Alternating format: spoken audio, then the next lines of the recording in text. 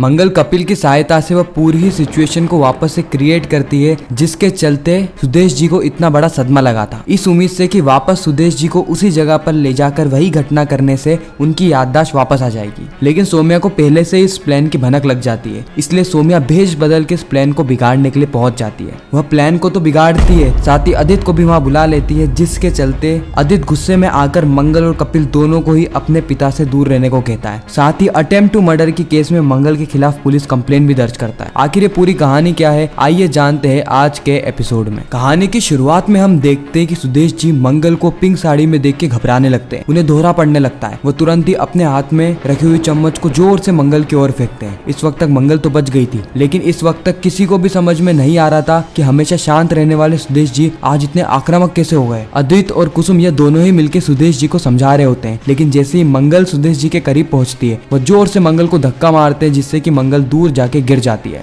और यह देख के सभी लोगों के पांव तले जमीन खिसक जाती है। अक्षत अपनी माँ को उठाने के लिए जाता है और सोम्या को भी बिल्कुल विश्वास नहीं हो रहा था कि वह पापा जो कि हर समय मंगल का गुणगान करते रहते थे, हर समय मंगल मंगल मंगल मंगल करते थे, आज उन्होंने मंगल को ही धक्का मार दिया। लेकिन आखिर क्यों? फिर सोम्या को याद आता है कि मंगल ने जो साड़ी पहन रखी है बिल्कुल वही कलर की ऐसी ही डिजाइन वाली साड़ी उसने भी पहनी थी, वो भी तब जब उसने इस बुढ़ाऊ को खाई से धक्का दिया था। सोम्या को पूरा ही गेम समझ में आ जाता है कि ये बुड्ढे की याददाश्त धीरे धीरे करके आ रही है, इसको छोटी छोटी सी चीजें ट्रिगर कर रही है। मुझे उस दिन से जुड़ी हुई मेरी सारी ही यादों को इस बुड्ढे के दिमाग से निकालना होगा। इस वक्त तक धीरे धीरे करके सुदेश जी की हालत और ज्यादा खराब हो रही थी, इसलिए आदित्य और कुसुम मिलकर सुदेश जी को अपने कमरे में ले जाते हैं। आदित्य अपने पिता की ऐसी हालत देख के बहुत ज्यादा चिंता में था। उसी वक्त वहाँ पर सोम्या आ जाती है। सोम्या कहती है कि आदित्य, वैसे ही पापा की हालत इतनी ज्यादा नाजुक है, लेकिन ये मंगल है कि मानते ही नहीं, ये उठ पटांग हरकतें करने लगती है, बेजबरन पापा को ट्रिगर कर रही है। कहीं ऐसा ना हो कि मंगल के ट्रिगर से पापा की temporary memory loss permanent memory loss में बदल जाए। आदित्य, मंगल को इतनी ज्यादा क्या पड़ी है पापा की याददाश्त वापस लाने के लिए?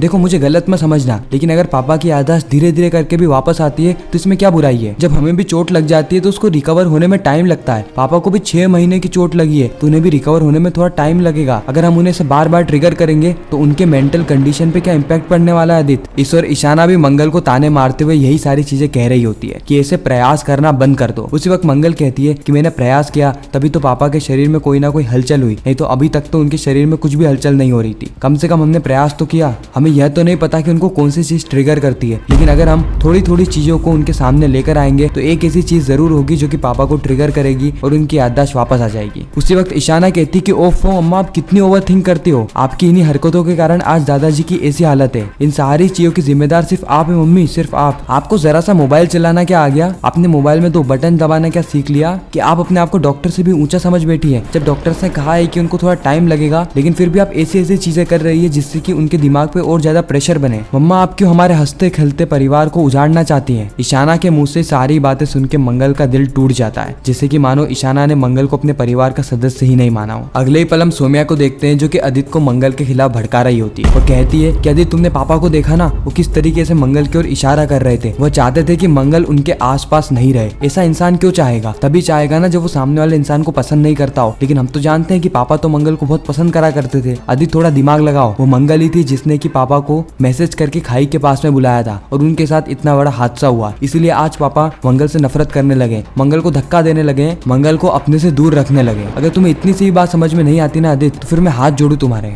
इस वक्त तक आदित्य कुछ भी नहीं कहता है और वहाँ से चला जाता है। इस और हम अक्षत को देखते हैं जो कि बहुत ज्यादा परेशान होता है। अक्षत अपनी मम्मी के पास आता है और कहता है कि मम्मा, दादू ठीक तो हो जाएंगे ना? मंगल कहती है, हाँ अक्षत बेटा, दादू ठीक अवश्य होंगे। फिर अक्षत कहता है कि दादू पहले जैसे हो जाएंगे ना? वो कहीं मुझे भूल तो नहीं जाएंगे? मंगल कहती है कि वो किसी को भी नहीं भूलेंगे, बस उन्हें थोड़ा टाइम चाहिए रिकवर होने के लिए। तुम चिंता मत करना अक्षत, धीरे धीरे करके सब कुछ ठीक हो जाएगा। अब रात हो गई होती है जहाँ पे सुदेश जी सो रहे होते हैं, लेकिन अभी भी उनके दिमाग में वो सारी मेमोरीज वापस से क्लिक करती है। किस तरीके से एक औरत ने उन्हें वहाँ पर बुलाया जो कि थी सोम्या, और सोम्या ने ही उनको हाथ देने के बहाने खाई में धक्का दे दिया, जिसके बाद से उनकी जिंदगी पलट गई। उन्होंने अपना घर खो दिया, अपना परिवार खो दिया और कई अनजान लोगों के साथ रहने लगे, वो भी बंधुआ मजदूर बनकर। उन्होंने अपना असली व्यक्तित्व ही खो दिया है, अपनी याददाश्त खो दी है, अपने शरीर को कमजोर बना लिया है। सुदेश जी नींद में गुलाबी साड़ी वाले औरत के बारे में बोल रहे होते हैं। सोम्या ये सारी बातें सुन लेती है। सोम्या का दिमाग ट्रिगर करता है। सोम्या कहती है कि अगर ये बुढ़ा ऐसे ही बोलता रहा तो कोई ना कोई यहाँ पर सुन ही लेगा और फिर कहीं मेरी शामत ना आ जाए। मुझे जल्दी से जाके इस बुढ़ाऊ का मुंह बंद करना होगा। इसीलिए सोम्या दबे पांव कमरे के अंदर घुसती है और चुपके से तकिए को उठा लेती है ताकि इस तकिए को वह सुदेश जी के गर्दन पे रखे और दम घुटने के चलते उनकी मौत हो जाए। बस सौम्या अपने प्लान को अंजाम दे ही रही होती है कि उसी वक्त वहाँ पर मंगल आ जाती है। मंगल जोर से चिल्लाती है और कहती है कि सौम्या ये तुम क्या कर रही हो। इस वक्त तक सभी लोग जाग गए होते हैं। उसी वक्त सौम्या मंगल को जवाब देते हुए कहती है कि क्या कर रही हूँ, मतलब मैं यहाँ पे पापा के लिए तकिया रखने के लिए आई हूँ। उसी वक्त कुसुम कहती है कि तकिया रखने आई हो, तुम्हारी आंखें है कि बटन, तुम्हें यहाँ पे दिखता नहीं है कि ऑलरेडी दो तकिए रखे हुए हैं। सौम्या कहती है कि लाइट नहीं थी इसलिए मुझे नहीं दिखा। इतना क्योंकि सौम्या वहाँ से जाने लगती है, लेकिन मंगल को शक होता है, इसलिए मंगल सौम्या का पीछा करती है और सौम्या को रोकते हुए कहती है कि सौम्या मुझे पता है कि तुम ऐसे ही कमरे में नहीं आई होगी, यहाँ पे कुछ न कुछ गड़बड़ जरूर है और तुम वो बताओगी भी नहीं। लेकिन हाँ, जब मैं इस कमरे के बाहर से गुजर रही थी तो मुझे पापा की आवाजें सुनाई थी। वो किसी औरत के बारे में कह रहे थे जिसने पिंक कलर की साड़ी पहन रखी हो। क्या तुम्हें उसके बारे में कुछ पता है? सौम्या कहती है कि नहीं मुझे कुछ भी नहीं पता। सौम्या वहां से चली जाती है, लेकिन सौम्या को अपने कमरे के मिरर में मंगल दिखती है जो कि सौम्या को एक्सपोज कर रही होती है, बता रही होती है कि किस तरीके से वह सौम्या ही थी जिसने कि पापा को खाई में धक्का दिया। हालांकि आज सौम्या का काला सच सभी लोगों के सामने नहीं आया, लेकिन पापा ने कम से कम इतना तो कहा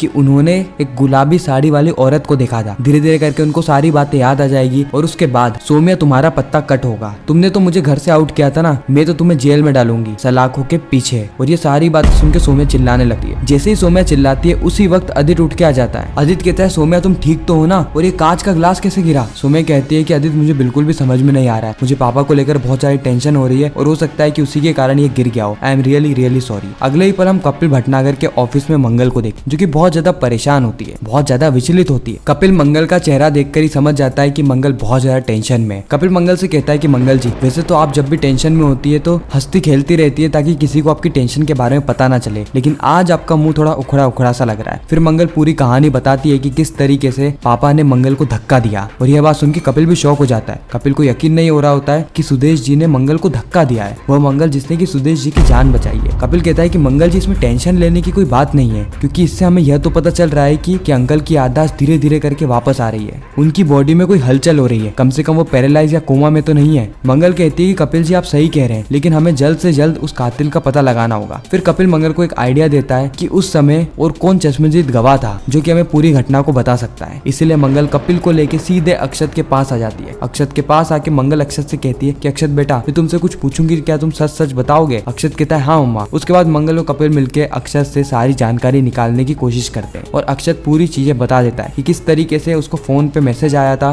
मम्मा यानी मंगल का, इसीलिए उसके दादू और वो कार में बैठकर वहां से जाने लगे। लेकिन जैसे ही बीच रास्ते में पहुंचे वैसे ही उन्हें गुंडों ने घेर लिया और उन पे हमला करने लगे। उन्होंने दादू को बहुत मारा और उसके बाद मुझे कुछ भी याद नहीं क्योंकि मुझे भी चक्कर आ गए थे। कपिल यहाँ पे अक्षत को धन्यवाद करता है। मंगल और कपिल मिलकर डिसाइड करते हैं कि ये पूरा ही ऐसा वातावरण वापस से डेवलप करेंगे और उस वातावरण में सुदेश जी को डाल देंगे जिससे कि हो सकता है कि उनको सारी याददाश्त वापस आ जाए, सारी चीजें याद आने लगे और ये सारी बातें सौम्या सुन लेती है। इसी के साथ ही खूबसूरत एपिसोड यहीं पर ही खत्म होता है इस ट्विस्ट और सस्पेंस के साथ कि आखिर आगे होने क्या वाला है। फिर आपको क्या लगता है कमेंट सेक्शन में जरूर बताना। मैं मिलता हूँ आप सभी से किसी नेक्स्ट इंटरेस्टिंग वीडियो में, जब तक के लिए गुड बाय।